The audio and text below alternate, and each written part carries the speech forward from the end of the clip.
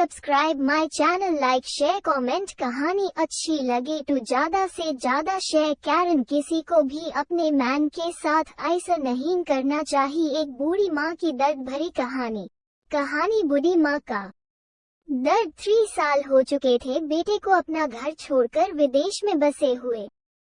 इन 3 सालों में बूढ़ी माँ और ज्यादा बूढ़ी हो गई थी।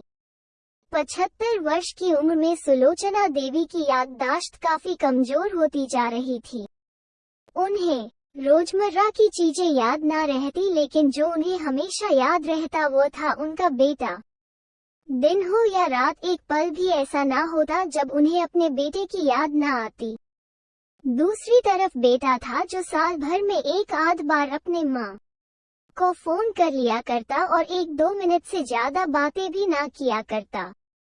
फिर भी यह बूढ़ी माँ टकटकी लगाए अपने बेटे का इंतजार करती रहती। एक दिन बेटे का विदेश से फोन आया। हेलो, सुन रही हो ना माँ? अनिल बोल रहा हूँ, तुम्हारा बेटा। कैसी हो माँ?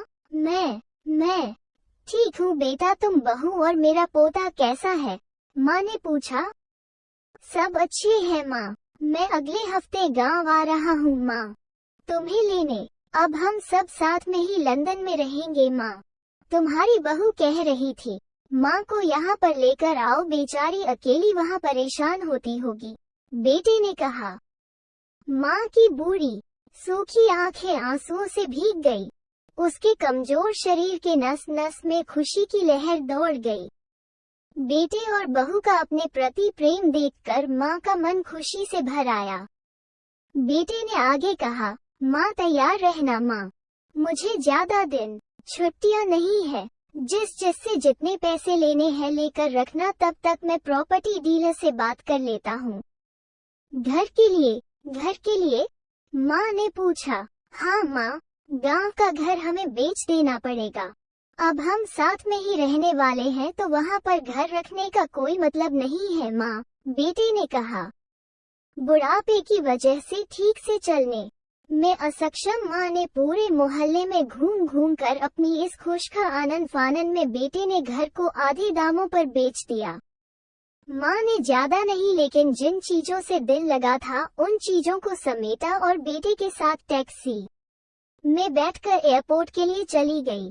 एयरपोर्ट पर आकर बेटे ने माँ से कहा, माँ तुम यहाँ बेंच पर बैठो, मैं सामान और बोर्डिंग पास की जांच करा कर आता हूँ। वहाँ वक्त लगता है और खड़ा रहना पड़ता है, तुम्हें तकलीफ होगी, तुम यही आराम करो। मैं यूँ गया और यूँ आया।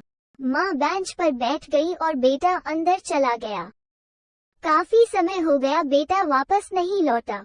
माँ सोचने लगी, ज्यादा भीड़ होगी इसलिए देर लग रही होगी। अंधेरा होने को आया। अब तो लोगों की चहलकदमी भी कम होने लगी। माँ को अब चिंता होने लगी। एक कर्मचारी ने आकर पूछा, किससे मिलना है माँ जी आपको? यहाँ पर क्यों बैठी है? डरती हुई आवाज में सुलोचना देवी बोली, मेरा बेटा अंदर सामान की जांच कराने गया है। लंदन जा रहे हैं हम। क्या नाम है माँ जी आपके बेटे का? कर्मचारी ने पूछा। अनिल नाम है मेरे बेटे का, सुलोचना देवी ने बताया। कर्मचारी अंदर गया और थोड़ी देर बाद बाहर लौटा। उसने सुलोचना देवी से कहा, माँ जी लंदन जाने वाली फ्लाइट तो दोपहर में ही जा चुकी है और आपका बेटा भी उस फ्लाइट में बैठकर लंदन जा चुका है। अब आपके यहाँ बैठने का कोई मतलब नहीं है, आप भी अपने घर चली जाइए। क्या जा चुका है? और मैं घर जाऊं? घर? माँ की आंखों से आंसुओं के सैलाब उठने लगे। जैसे तैसे माँ घर पहुँची, जो अब उसका था ही नहीं, बिक चुका था। वो वही बरामदे में तुलसी के पास सो गई। घर के नए मालिक को उस पर दया आई तो एक कमरा किराए से उसको दे दिया। पेंशन के पैसों से खाना और किराए का बंदोबस्त हो जाता था। दिन बीतने लगे। कुछ दिनों बाद घर के नए मालिक ने सुलोचना देवी से कहा, माँ जी आप अपने रिश्तेदारों के यहाँ पर जाकर क्यों नहीं रहती है? इस उम्र में आपके लिए वही अच्छा होगा। अच्छा तो होगा,